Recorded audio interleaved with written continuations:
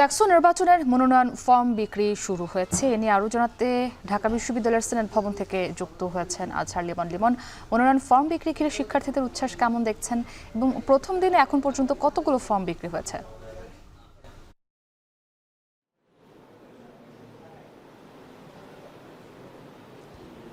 মুক্তি মূলত আজকে থেকে তো ফর্ম বিক্রি শুরু হলো এবং এটি টানা 7 দিন চলবে। আগামী 18 আগস্ট পর্যন্ত এই মনোনয়ন ফর্ম বিক্রিটা চলবে।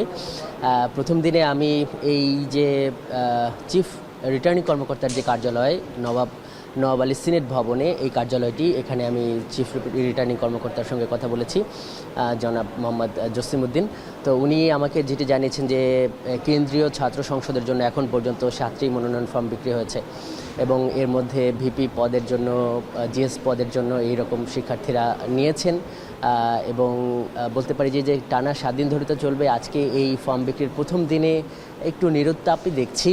হলে হলে আমরা ঘুরেছি, বিশ্ববিদ্যালয়ের বিভিন্ন আঙিনা, সেখানে ডাকসু নিয়ে আলাপ আলোচনা আছে, কিন্তু এই যে ফর্ম বিক্রি করা নিয়ে যে একটা সমাগম, সেটি এখনও শুরু হয়েছে মুক্তি, এটি বলা যায় না। আমি চিফ রিটার্নিং কর্মকর্তার সঙ্গে কথা বললাম। উনি যেটি বলছেন যে গতকাল যে ভোটার তালিকা প্রকাশ করা হয়েছে, এই ভোটার তালিকায় যারাই আছে তারাই এই ডাকসু বা এই যে কেন্দ্রীয় ছাত্র সংসদ এবং হল সংসদ, এই দুই জায়গাতেই তারা প্রতিদ্বন্দ্বিতা করতে পারবে। উনি আমাকে যেটি জানালেন যে এই কেন্দ্রীয় যে ছাত্র সংসদ, এখানে মনোনয়ন ফর্ম একদম ভিপি থেকে সাধারণ যে সদস্য, সেই পদের জন্য 300 টাকা করে এই মনোনয়ন ফর্ম বিক্রি করা হচ্ছে, বা 300 টাকার বিনিময়ে এখান থেকে রিটার্নিং কর্মকর্তার কার্যালয় থেকে এই ফর্ম নেওয়া যাচ্ছে। আর হল সংসদের ফর্মগুলো বিক্রি হচ্ছে বা বিক্রি করা হচ্ছে 200 টাকায়।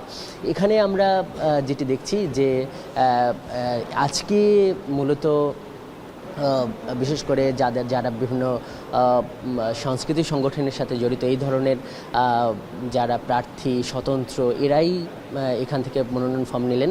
নিরাপত্তা মঞ্চ নামে ঢাকা বিশ্ববিদ্যালয়ের একটা মঞ্চ আছে, তারা নিলেন। তারা আবার এই বিগত আমলে তাদের মধ্যে কেউ কেউ ছাত্রলীগের নেতা ছিলেন, কিন্তু তারা আবার এই জুলাই আন্দোলনের ভূমিকা আছে। এ ব্যাপারে রিটার্নিং কর্মকর্তার কার্যালয়ে রিটার্নিং কর্মকর্তার সঙ্গে আমি কথা বলেছি। তিনি বলেছেন যে কেউ ভোটাররা এই নির্বাচনে অংশ নিতে পারবেন। ছাত্রলীগ বা এই ধরনের যারা আছেন, তারা যদি অপরাধ না করে থাকেন, ভোটার তালিকায় যদি নাম থাকেন, তাহলে তাদের এই নির্বাচনে অংশ নিতে কোনো বাধা নেই। তো এই ছিল এই সিনেট ভবন থেকে আমার কাছে থাকা সবশেষ। সহকর্মী আজহার লিমন যুক্ত ছিলেন ঢাকা বিশ্ববিদ্যালয়ের সিনেট ভবন থেকে।